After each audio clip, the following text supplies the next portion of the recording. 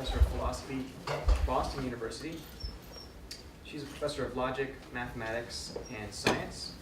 Her research focuses on the interplay between logic and philosophy from the 18th to 20th centuries. She's especially known for her work on Wittgenstein's philosophy of logic and mathematics. However, she writes widely about such notions as nature and limitations of philosophical and axiomatic methods, and logic and its foundations of mathematics. In addition, the relation between mathematics and art.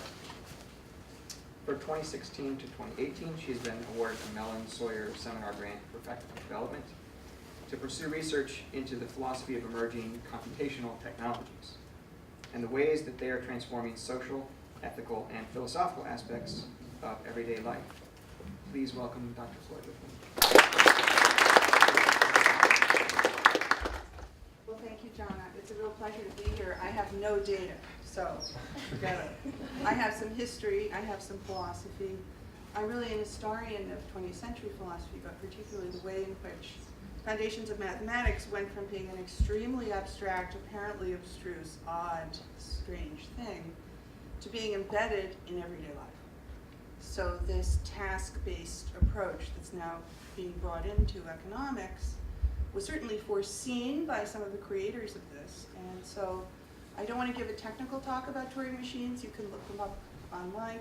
But I do want to say today that it's not so easy to say what a Turing machine is, actually. And I'll tell you a little bit about the real Turing. And because the NEH sponsored our seminar, I'm going to emphasize the role of philosophy in all of this, pure philosophy, which sometimes looks very pure, but actually gets to be massively applied if you do it in the right kind of way. So I could use some help with this Mellon grant. We're trying to ask what kind of a voice the humanities should have in our computational world. I think it's a very important question. I think philosophers in the United States, for the most part, are not talking about this enough, but I don't think we're going to get through this well unless we learn to do philosophy well about what I call Turing's world. So I'm first going to revisit Turing and give you a revised reading of what was going on with Turing, how he came up with the idea of the Turing machine, and say a little bit about that. Then I'm going to talk about how difficult it is to really say or picture what a Turing machine is. This is very odd because a Turing machine actually is a very concrete mathematical object. And there is something called computer science. And as Kant said, there is only so much science in a subject as there is mathematics. Quite correct. So this seems odd to the computer scientists in the audience. I will nevertheless pursue that argument. Then I'll say a little bit at the end about work and leisure, just a few examples, a few questions. I have no data, so we can juxtapose my questions with the people who do have data. Okay, so just a second here because I'm not sure. This is bad because it's not all. Is it showing on your screen? No. So maybe what I have to do, why is that? I guess I have to roll it for you. All right, that's okay. So hopefully this looks okay for the first 3 points on the slide, and then I'll just roll it up. So Turing's philosophical attitude has been distorted by recent philosophy of mind. People have thought the main driving thing in Turing's work was a reductive, behavioristic, or mechanistic conception of the mind, the computationalist theory of mind. So above all, it has looked like either one of these views or some modified view of functionalism due to my good friend and advisor, Hilary Putnam, which nevertheless was in this reading of Turing in Hilary's creative way. But in any case, artificial intelligence and the so-called singularity are what people popularly tend to associate with him, and philosophers as well. I guess the idea of the singularity is that machines will inevitably become the primary drivers of cultural change and creativity. And this could be either dystopian or utopian, depending upon where you are and what you think. And of course it is true that we wouldn't have computer science as a science without Alan Turing, who was a great mathematician as well as a philosopher. And he certainly pioneered philosophical and scientific discussion of computational explanation across the sciences. And he himself contributed to far-flung fields like cognitive science, artificial intelligence, neurological connectionism. There are other ones, morphogenesis, the computational representation of higher level types in patterns we find in roses and shells in nature. He was very broad in his interests, foundations of physics, number theory, a jack of all trades, if ever there was one. And he also formulated the famous Turing test in an explicitly philosophical essay. So he's known for all these things, but I have a very different view of what was going on. And I think I have some history to back it up. I began looking at Turing in preparation for the Turing Centennial, which is in 2012, the centennial of his birth. I began looking in about 2010 into the manuscripts very carefully, and I've been amazed what I have found has been left out and suppressed from Turing's own development. And in fact, just recently I was very pleased. They have discovered a pair of notebooks of Turing's, which completely verify the reading I'm about to give you. They were sold for $1.5 million by Bonhams last year to a private investor. All of his notebooks on philosophy, philosophy of notation, Leibniz, Boole, the history of logic. He was obsessed with this. So, I think he had a much more deeply philosophical and far-reaching understanding of the foundations of logic and mathematics, as well as technology. And his main idea was to focus on what we say and do with words, and take that very seriously as part of the reality that is all around us. By focusing on the use of words and what we do with words, he was able to generate very clear arguments, compelling arguments, about the limits of formal methods, not only focusing on their power. So, in my reading, logic and conversation and philosophy, the technology of argumentation in a social setting, is what was absolutely primary for Turing, not so much psychology. We offload routines in order to interface. We've been doing this for thousands of years. Mathematicians know that the Babylonians had approximations for finding an irrational number, that the Greeks figured out how to prove it. In the simple algorithms you can teach to a child, sometimes there are thousands of years of very careful work behind them, a lot of conceptual development to make what's simple, simple. So what's simple and routine is often very complex. Turing was exquisitely aware of this. So everyday language, and he was quite explicit about this, including our typings, our categorizations, our ontologies of objects, as they occur naturally, both in science, as pure mathematics, and in everyday life. That's the framework. He talked about phraseology, common sense, and what he ultimately would call our cultural search, the evolving human community as a whole, as foundational for understanding what he had done. All right, so this is a very different picture of Turing from the computationalist reductivist about the mind. And I do want to say philosophy matters. Without the study of philosophy, he would not have discovered the Turing machine, the idea of the stored program computer. So hats off to philosophy. We wouldn't have this world without it, which suggests that maybe studying how philosophy led to this and what possibilities there are for talking with our children about a different world, maybe philosophy's got to be part of the solution to getting through the rapid change that we're going through. Just a suggestion. So, what did Turing do in his most famous paper? John asked me to tell you what a Turing machine was, but I'm sort of not going to do that. I have to go really quickly. So we have this ugly word, the Entscheidungsproblem, the decision problem.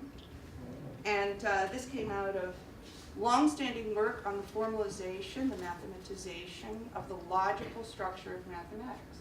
So in mathematics, there's this very ancient idea of presenting a body of knowledge axiomatically. I know students don't do this anymore or read about about it, but anyway, it's very old. So you try to codify and present the science, and then you deduce from those principles, according to logic, the conclusions of the theory.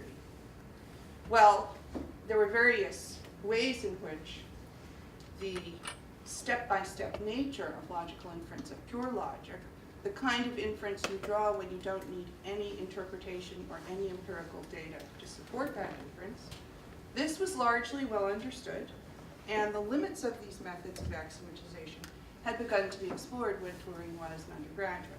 So he went up to Cambridge in 1931, which is the year that Gödel, of course, proved his very famous incompleteness theorem, showing that there is no computer that you could program that would print out all and only the truths of arithmetic and not the falsehoods, roughly, put into somewhat anachronistic terms. The outstanding problem when Turing first began studying logic and philosophy was the problem that Wittgenstein actually was the first to frame in a letter to Bertrand Russell of 1913. And this decision problem is the question, how can you tell in a finite number of steps, yes or no, whether a sentence of a formalized language whose logical architecture is explicit, how can you tell in a finite number of steps whether the sentence follows or doesn't follow, yes or no, from those axioms? This is a basic question, very ancient question. Could you build a systematic method for determining that? That's the problem that Turing resolved. It was resolved at the same time by Alonzo Church, but very differently from Turing. So I want to emphasize here in my philosophical moments with Turing what made his resolution of the decision problem very special. First thing is, if you have a negative result rather than a positive result, there is an asymmetry logically. To show that there is an algorithm to do something, you have to just write down the algorithm. But to show that there's not an algorithm, you have to have a general characterization of what it would have been to do it. This is much harder. So in order to solve this problem negatively, Turing had to come up with an account of what it would have been to do it. That is to say, an account of what a step-by-step procedure is, of what a formal system of logic is, and to do that you can't just write down another formal system, right? It's clear. That's why Turing was the one to resolve this, and not Gödel, Herbrand, Kleene, the other people who were working as mathematicians in related areas at the time. It's a conceptual problem. And what Turing did, I claim under the influence of Wittgenstein, was to inject this notion of common sense directly into the heart of the foundations of logic. What he does in uncomputable numbers, and I believe I'm the first person ever to have seen this, which is why you need a philosopher around occasionally to do your history. He does it not by the usual argument, which is called the halting argument, which was devised much later by Martin Davis. He does it without negation. What he does is to first have a fundamental analogy, and the whole thing is built on an analogy. Nothing empirical, it's an analogy between the step-by-step procedure of an algorithm and a human being calculating with paper and pencil and a machine. That's all it is. In one way, a Turing machine is just a metaphor. He begins with that metaphor, and then he constructs a machine, which I call the do-what-you-do machine. The machine, notice, has no negation built into it whatsoever. He never appeals to a logical law. He never applies the law of the excluded middle. He never produces a contradiction or a paradoxical result. He did this on purpose, to have maximal, philosophical, and practical applicability. The do-what-you-do machine is sort of like you're playing a game with cards, and you pull up a card that says, do what you do. Now the thing is, you can't do anything with that. That's the limits of logic. Do what you do is fine if we have a context where I'm teaching you how to play baseball, and we're all embodied and we see the point of the activity. Then do what you do or keep on doing it is fine. But apart from a specific context of perspective and use, do what you do doesn't do anything. That's the argument. Now the point of this, I think, is purely philosophical. It's not only mathematical, though it is mathematical. The point is the human interface, the human context of a shareable command. That is demonstrated to be fundamental to the nature of logic and fundamental to the nature of argumentation, insofar as that's technology used among us. Now, Wittgenstein was very taken with this. In fact, I think the reason Wittgenstein's philosophical investigations is written in the way it is because he read on computable numbers in 1936. And it's exactly that time, his later style of philosophizing comes in suitable to the kind of construction and analysis of logic that he saw Turing had successfully made, purely philosophically, as I said. So this is from the investigations. Wittgenstein's interlocutor objects. So you're saying, that human agreement, Übereinstimmung, he objects, so you're saying that human agreement, common sense, decides what's true and false. President Trump was discussing common sense the other day. It's deep. It's really deep. Because there's nothing deeper than common sense. Wittgenstein answers, what is true or false is what human beings say, and it's in their language that they agree. This is agreement, or we could say, following Stanley Cavell, harmony, not in opinions, but in form of life. So the foundations of logic don't lie in opinions about what happens to be true or false. They lie in certain harmonies of agreement among us about the protocols we're going to use, in our common sense of what's relevant, what's in, what's out, what could be questioned, what can't be questioned. All of this whirl of an evolving sense of what is common sense. And it's a terrifying picture, but it's also inevitable. There's no way out. So harmonies are interesting because harmonies require each individual to continue working to keep the whole working. Somebody could slightly fall out of tune. You could exclude some of them. But it's a group activity. And Wittgenstein, sure enough, added form of life to the later writing only after reading on computable numbers. It's a necessary concept. By the way, he eliminates the word culture from the investigations, replacing it with form of life. Culture is much too anthropological for what he wants. He wants something at the foundations of logic. He also thinks in 1945 that the German notion of Kultur is dead, and he's not sure it's ever going to come back. So here we have the last paragraph of the last paper that Turing ever wrote. I could produce many other paragraphs, but I thought this one would be the clearest.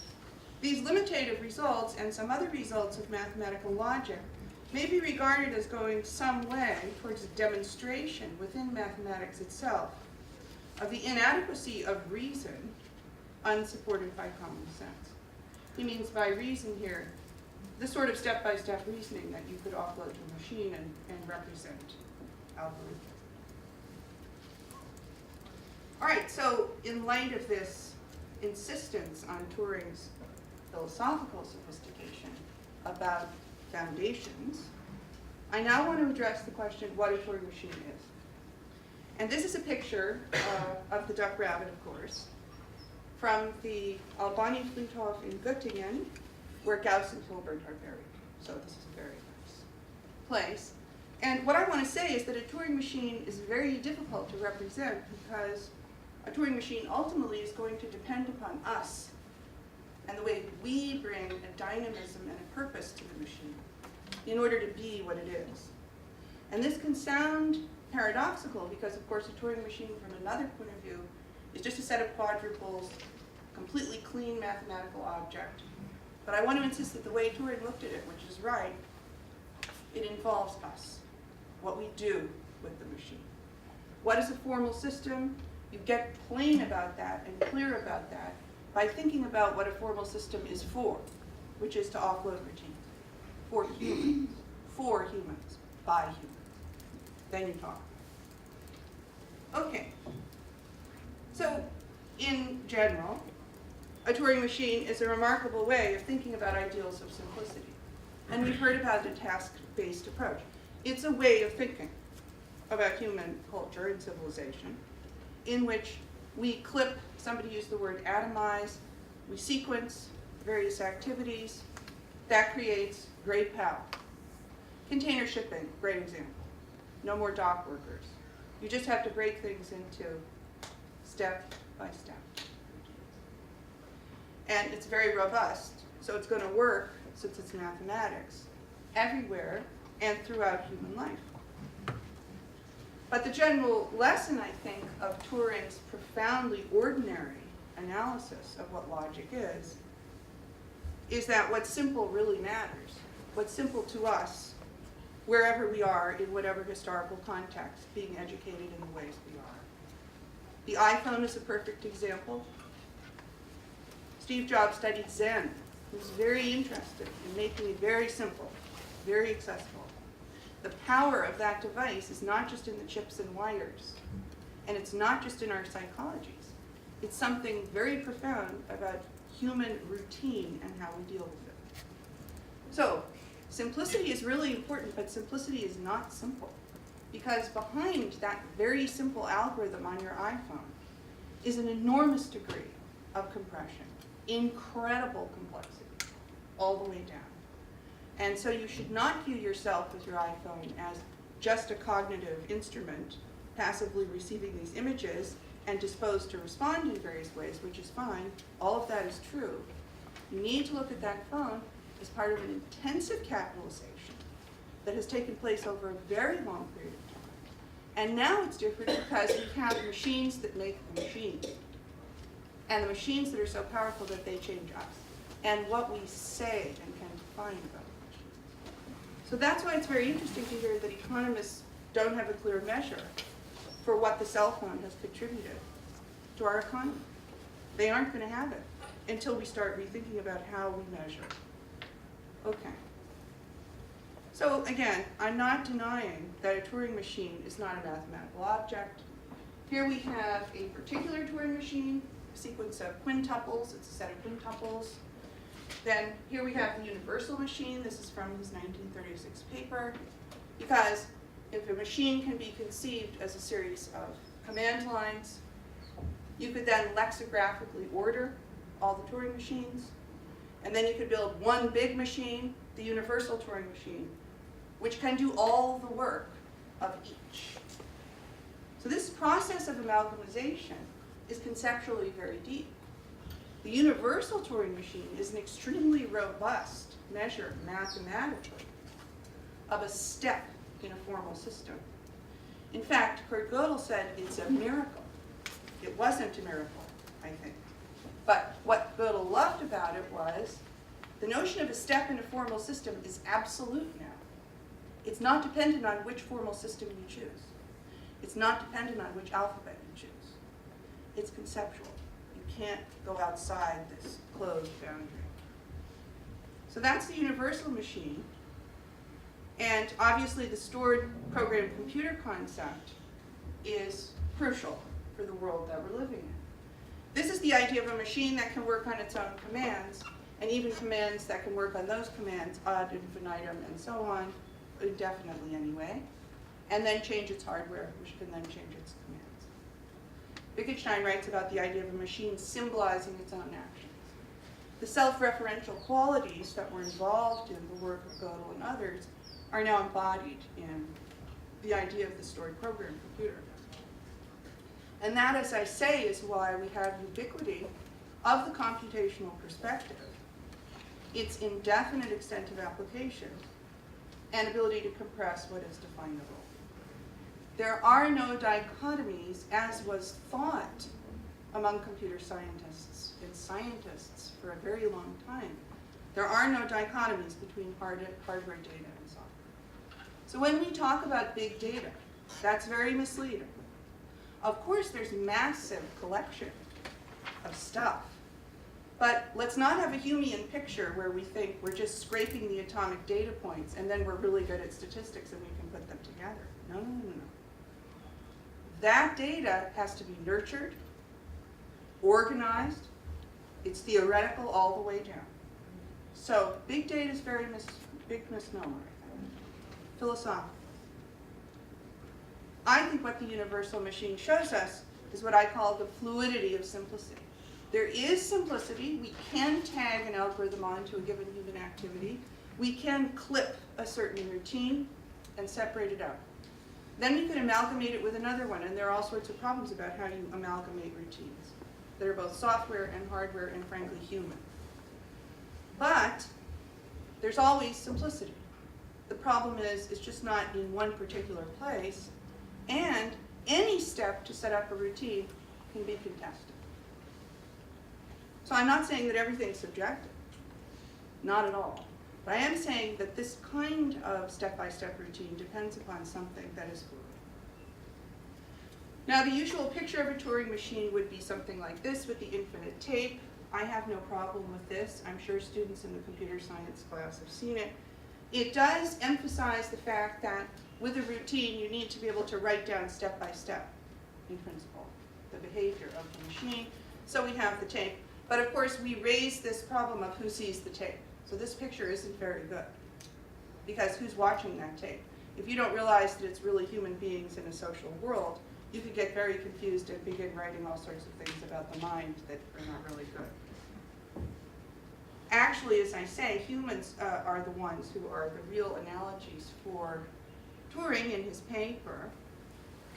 And the quote here, "We may compare a man in the process of computing a real number to a machine which is only capable of a finite number of conditions."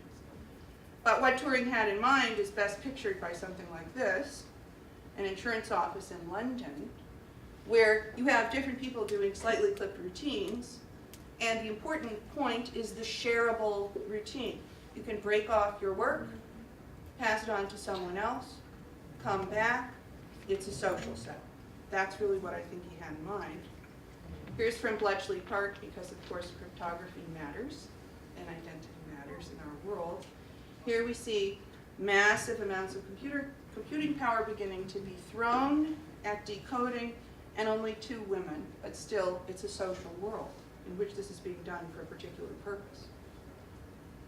Here's another picture from a textbook. I think this is from Lewis and Jeffrey's textbook. This is the idea of a moving black box. You black box the complexity. You find some visualization and work with that and get your ideas from that higher typed level, and you just get rid of all the complexity underneath. Here's another related picture. This reminds me of Emil Post's Workers, which was a conceptual device very similar to what Turing came up with at exactly the same time. You kind of put the human inside because it makes you feel better, like you sort of see what's in there. And then you can see that it's really a worker going step by step doing a certain routine. But again, none of these suffice as a picture really of what it is. Here's a picture of, Here's a picture of the kind of thing you see in Stephen Wolfram's work. Nature and computational processes, you can produce exactly the same pattern on the side of a shell with just a pair of equations that compute. So this suggests perhaps there are computational routines going on in nature, in biology as well. Again, not a state of mind, nothing to do with psychology there. So I like this picture of what a Turing machine is actually, because what this really is about the integration of human and machine intelligence, and again, sociality, which Juliet mentioned, destigmatization, stigmatization, the social world in which all of these routines are offloaded and people are changing what they're doing and so on. This is fundamental to what Turing did. He called it the cultural search. So, John, I don't know how much time I have here. 5 more. Okay, so I have some passages from Turing. This is from a report he gave in 1948 to the National Physical Laboratory. And I just want to reinforce the reading I've given you of what a Turing machine is with this. A great positive reason for believing in the possibility of making thinking machinery is the fact that it's possible to make machinery to imitate any small part of a man. That the microphone does this for the ear, the television camera for the eye are commonplaces. One can also produce remote-controlled robots whose limbs balance the body with the age of servo mechanisms. Here we're chiefly interested in the nervous system. We could produce fairly accurate electric models to copy the behavior of nerves, but there seems very little point in doing so, notice. Very little point It would be rather like putting a lot of work into cars which walked on legs instead of continuing to use wheels. So the point is very important to Turing. One way of setting about our task of building a, quote, thinking machine would be to take a man as a whole and try to replace all the parts of him by machinery. He would include television cameras, microphones, loudspeakers, wheels, and handling servo mechanisms, as well as some sort of, quote, electronic brain. This would, of course, be a tremendous undertaking. The object, if produced by present techniques, would be of immense size, and even the brain part were stationary and controlled the body from a distance. So that seems a little. In order that the machine should have a chance of working things out for itself, it should be allowed to roam the countryside, and the danger to the ordinary citizen would be serious. I mean, it's like driverless cars. Exactly. Moreover, even when the facilities mentioned above were provided, the creature would still have no contact with food, sex, sport, and many other things of interest to the human being, although with dating apps now, and pornography as an industry, we're seeing. Thus, although this method is probably the sure way of producing a thinking machine, it seems to be altogether too slow and impractical. Right. The way to do it quicker is to get us involved. So he's going to mention two other searches. It may be of interest to mention two other kinds of search in this connection. There's the genetical or evolutionary search, by which a combination of genes is looked for, the criterion being survival value. The remarkable success of this search confirms to some extent the idea that intellectual activity consists mainly of various kinds of search. And so it would have to be if the decision problem could not be resolved in the positive. Finally, the remaining form of search is what I should like to call the cultural search. This one, by the way, involves no machines, only humans. The isolated man does not develop any intellectual power. It's necessary for him to be immersed in an environment of other men, whose techniques he absorbs during the first 20 years of his life. He may then perhaps do a little research of his own, make a very few discoveries which are passed on to others. From this point of view, the search for new techniques must be regarded as carried out by the human community as a whole, rather than individuals. So that's the Turing view. Now, the main lessons here about his foundational perspective are that the context of an action or algorithm within our social world makes it what it is inevitably. It's the use that matters. Algorithms do what they do, but only against a backdrop of human understanding. In general, algorithms are not neutral objects. Silicon Valley likes to tell us that Facebook uses neutral algorithms. That's only halfway right, and actually, philosophically, it's wrong, right? Algorithms have qualitative aspects. They have a point. Meaningfulness and semantic density and richness are intrinsic to what is going on. So what we do with and say about algorithms makes them what they are, and therefore they and we are accountable to each other, which is where we get to ethics. Because the accountability of the algorithms, whether they are produced by other algorithms or whether they are produced by humans, still involves massive amounts of coding that is human users verifying that the outcomes of these things are correct. So, I'd like to say, I think the problem of other minds is much more fundamental than that of the external world. Here I agree with Stanley Cavell. We want to be freely recognized by others who are also free. We want to be known, we want to become someone, we want to have our say. And we can only do this by way of mutual recognition, being recognized by someone who's worth being recognized by. Of course, this is the foundation of Rousseau's philosophy. It's the point where vanity and selfishness and greed also come into play. But they're also part and parcel for Rousseau of what it is to live in a democratic society, where you got to become someone, and it's not a trivial matter to become someone. You only become someone in conversation with others. And it seems to me that this is what's driving our use of mobile technology, and especially social media.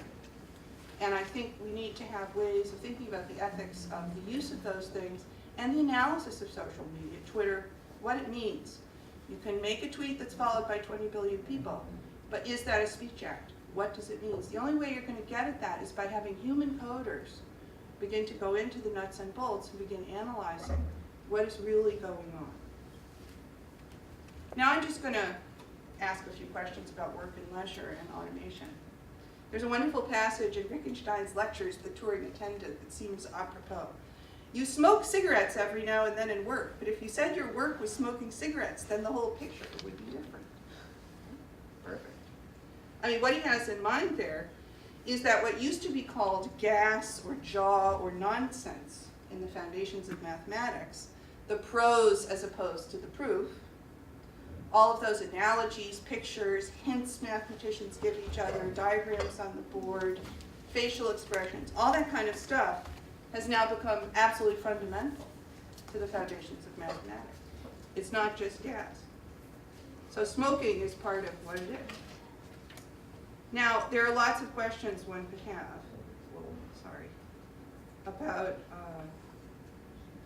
about work and leisure.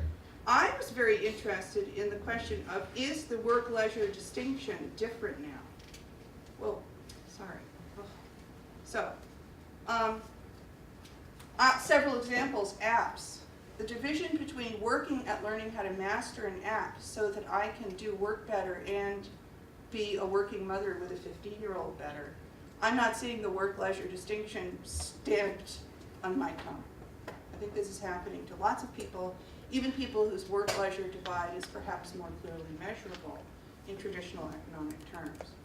Again, human coders, the end user is impacted upon. Large numbers of student volunteers are beginning to go through videos coming out of Syria to try to get techniques of documenting what is going on there. It's quite a wonderful program at Berkeley that integrates human labor with Amnesty International, and they're trying to develop standards of international scrutiny for verification. But there's a terrible impact on the students. So you have to think about the actual human impact of the labor that you expose people to. Games, are they training? Are they leisure? We have a situation for many people in life in which they're gaming for 5 seconds and then they're at work. I mean, I don't know. Maybe the whole idea of a game, training, play, we have to think about those distinctions in connection with work and leisure. Protocols, very important. Protocols are very difficult to get humans to obey. My example, because my father was a computer scientist, was in hospital laboratories and hospitals, when you go to have your blood drawn or get a medication, they always ask you your birthday. That's the protocol. Why is it there? It's there because it's very unlikely the same name and the same birthday will be attached to two different individuals. That protocol alone took decades to get agreed upon. It was really hard to get that in. Because if you're in a kind of small town and you're the nurse and the doctors, you don't want to ask someone their birthday. I mean, there are objections to that. We have to get protocols, and we have to therefore talk about why we have the protocols. And again, the user end, you're going to have to make those protocols clear to all participants. That's a huge task of intelligibility. That's a task of common sense. The temporal integration of work and life, moment to moment, I think we live much more fragmented lives. This is almost a phenomenological point. And in general, I think I'll just end. Again, I think your point about routine is very important. The old dichotomies don't work anymore once we have the fluidity and the ubiquity of the universal machine being embodied. Distinctions between fact and value, private and public, routine versus freedom from routine, individuality and reliance on others. We can't think about these in very simple ways anymore, not even if we think of them as task-based, because actually there is a kind of impermeation of the distinctions going on all the time because of the reality of what an algorithm is and the reality of what language is, which is that how we talk about the algorithms is part of what they are. We can't just separate the algorithms out from that. So I think I'll stop there.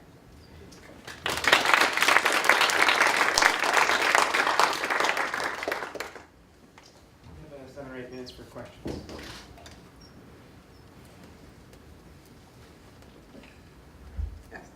That was fantastic, thank you. I was just thinking about some of these, on this last slide, some of these apps, or they're considered apps, like things like Duolingo, where people are learning a language, but also producing a, a human transcription. Right, Google Translate doesn't work without lots of humans speaking and correcting it. So there's a Yeah. lot of free labor being provided to a large, yes, a lot of free labor. So there are some economic models out there. We have an economist here. Should I be paid 50 cents every time I work on Google Translate and correct it? I don't know. We don't live in that world, but I'm a philosopher, so we can ask whether we should start thinking about that. But the user end is clearly driving a lot of this, which is why I think the singularity in this kind of mechanistic reductionism is a real mistake, because we're missing the actual locus within which a lot of this stuff is going. Yes? This is a naive question. I know near nothing about Turing. My understanding with something about like Google Translate is that it's not the kind of system that's built on a ticker tape, where it's one known and codified step to the next, but rather maybe a structural framework, which is then allowed to sort of engineer its own set of inputs. The output is judged by a human, and then it revises itself. So that seems to be the kind of human involvement in a built system. But is the distinct structure that kind of system then has, which is not even necessarily known to the people who are judging its outcomes, is that qualitatively distinct from the early kind of Turing machine? Does that difference matter at all? Because it seems like the thrust of your talk is to ask sort of what the implications are of an embodied universal machine. But insofar as that embodied universal machine is not known, or its particulars aren't known to its users, it seems like that's a difficult additional problem that maybe Turing didn't have in mind. Is that right? It is a difficult other problem, and in fact Google Translate made great strides because of deep learning. So Right. Go and so on, there have been great strides made recently in all of this. Now all of these are modifications of the Turing machine. They involve probabilistic reasoning. I mean, he himself envisaged machines that are not deterministic and so on. The theory of computation under all of it is not violated, ever. That's rock solid. There are quantum computers. They would work in a different way. You could have various kinds of analog computations. That might be different too. But as far as the documentality aspect of reasoning, that remains at some level always going on. Now, your point about not understanding what's at work is very apropos, because the simpler we get, the more it explodes in directions that we can't take in. And this can be illustrated without deep learning in very simple examples of Turing machine. So I think this is a problem.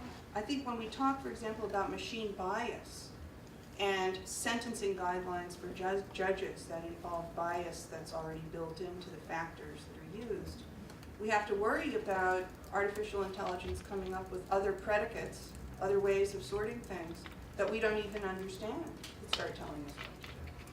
So all of this is apropos, but it to me only stresses the importance of the human end. The importance of the human end is deciding, demanding what you're going to scrutinize, what you're not going to scrutinize, what you're going to open up and what you're not going to open up. And I think one of the problems now is that it used to be that universities had the data and the companies wanted that data. Now it's the private companies that have that data and the universities want it. So I think we need a new treaty between privacy, private industry and the government in order to begin to think about how we do this. I do think that a lot of dichotomies between it's a black box, we don't know anything, and we know everything, I think this isn't right. I think it's characteristic of this whole way of thinking that you try to achieve some mid-level mode of organization. And if there's one thing that humans could be good at doing in the future, it's sitting around a table discussing just these questions, which are actually quite fascinating questions.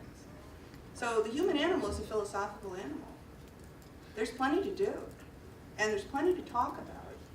And the question was asked earlier about higher degrees and whether it's worth educating people in college. It's worth sending people to college because they learn how to talk to other people and get curious. So you may not be able to fit their particular vocational educational work well onto a job in the traditional sense. But I think it's going to become more and more important to have reflective people who are able to ask questions, because these are ultimately philosophical questions. The problem of whether we know the predicates we're projecting into the future and whether we can revise them is basically Hume's problem of induction. So all of it is subject to reflection, because we have language. We can type these things, and we can get at structure. But that's the hope, that we can retool ourselves so that people have a certain amount of respect for the effort of arguing over protocols, worrying over the uses of these things. The uses are normative, and I think we just have to face it that we have to decide on what we want to do. And actually, my real last slide was Keynes's hard problems. Those are the really hard problems that he talked about in 1930. We can't get out of them. But yeah, deep learning will affect how Google Translate performs. Yes? This is a really broad question, so take it in whatever direction you want, but I'm wondering if you can say more about the ethic behind these algorithms and human judgment involved in it, especially in terms of things like surveillance or advertising. I want to hear more about your thoughts on the ethics behind it. Well, I'm really just beginning to study this. This is really the main theme of this Mellon Faculty Development Grant. So we're going to be running 10 seminars. I would love you all to come. Largely they'll be held at BU. The first one is on fake news, which we decided on before the election, the quest for truth in journalism. So that's going on April 23rd. So ethics comes into it obviously with a normative notion like truth, about which philosophers and philosophers of logic have an awful lot to say. And it's important that people know how contested views about truth are among philosophers. I think gender is an incredibly interesting topic, and there's a variety of results coming out about cyber abuse online, who suffers differentially. There also are engineering ways of trying to handle privacy, so that, for example, you could try to figure out if there's salary inequities among genders in the city of Boston. Our colleague Ozra Gustavros at the Hariri Institute figured out how to do that so that you can anonymize sufficiently the salaries at a firm, that you can go in there and begin to take a look, subtracting high salaries of CEOs if you need to.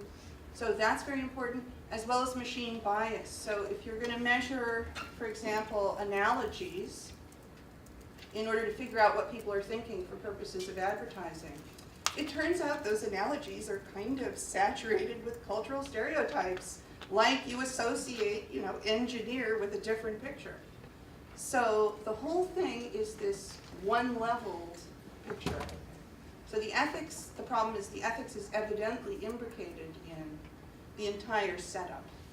But I think we have to hope that Turing's point of view, as I understand it, that common sense and the degree to which we can disaggregate and then aggregate, and amalgamate and then pull apart, and we can always talk about the purpose of a protocol and train children from a young age that there will be frustrations, false starts, but we all have to try and work together, and that is the hope, I think. That is the hope for ethics. But it's evident, and it's a brand new area of research. I mean, I edited a volume with James Katz, my sociology colleague, on philosophy of emerging media. There's not a field. That was the first book. So ethics and law come next. We have time for one more question. Naomi. This is so extraordinarily rich, and the resonances with the earlier talks are wonderful, and so I'm looking forward to the discussion that you all are going to have. I'm wondering whether in thinking about this, you were thinking at all about the movie Hidden Figures, and thinking about the different resonances there, including that the women who were doing that computational work were called computers. Mm-hmm. And sort of what happened when that term stopped describing people and started describing machines, and how the different social relationships of the people who were involved with the machines shifted, and the racial and gender valences of all of that. So I mean, another very, very broad question and sort of what thoughts it brings up to you, but sort of thinking about the way in which social relationships structured what was coming out of that work, whether algorithmically or not so algorithmically being done by human beings or then being done by machines. It's fascinating. Actually, my daughter saw Hidden Figures this weekend. I haven't seen it yet, but I'm Oh, a you fan of have the to.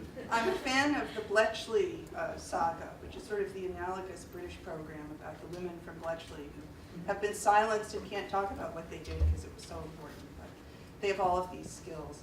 Well, of course, I mean, at Bletchley Park, it's very interesting. You know, you used women who were daughters of the upper classes because you trust them. We did the same thing here.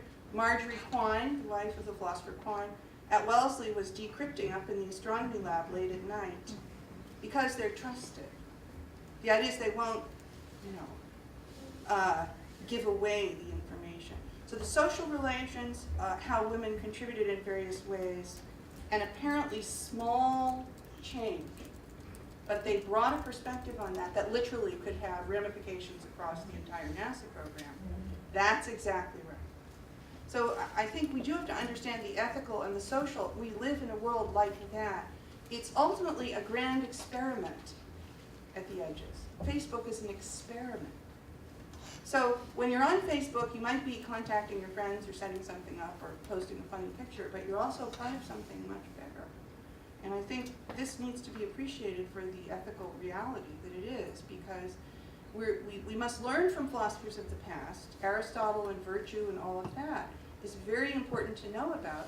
Also, Aristotle on demagoguery, I think, is very relevant. But Aristotle lived in a world in which forms could be immediately perceived by the human subject as an individual. And we're not in that world because the perception and then described in language changes massively the capacity of others. So it's post-Darwinian, hyped up on steroids, evolutionary situation. And so the social relations and how they are represented is very important. So I haven't seen Hidden Figures. Anyway, racial bias, gender bias, all of these things, we know a lot about how to engineer them. And there's a lot that's going to come up from under the hood. I think far from living in a post-truth era, actually, if we think about what people are doing with cell phones and the Black Lives Matter and legacy journalism as opposed to Twitter, we could perhaps over-optimistically say we're waiting for a renaissance of truth. But there's going to be so much of this truth coming so quickly, and it's going to place such pressures on economic and social institutions. We better take really seriously the humanities. We better take really seriously those interpretive skills of talking to someone when you don't have any idea what you're talking about and you have to settle something. We have to train people to be able to do that. This is very important, I'm sure. With sure thanks to Dr. Floyd.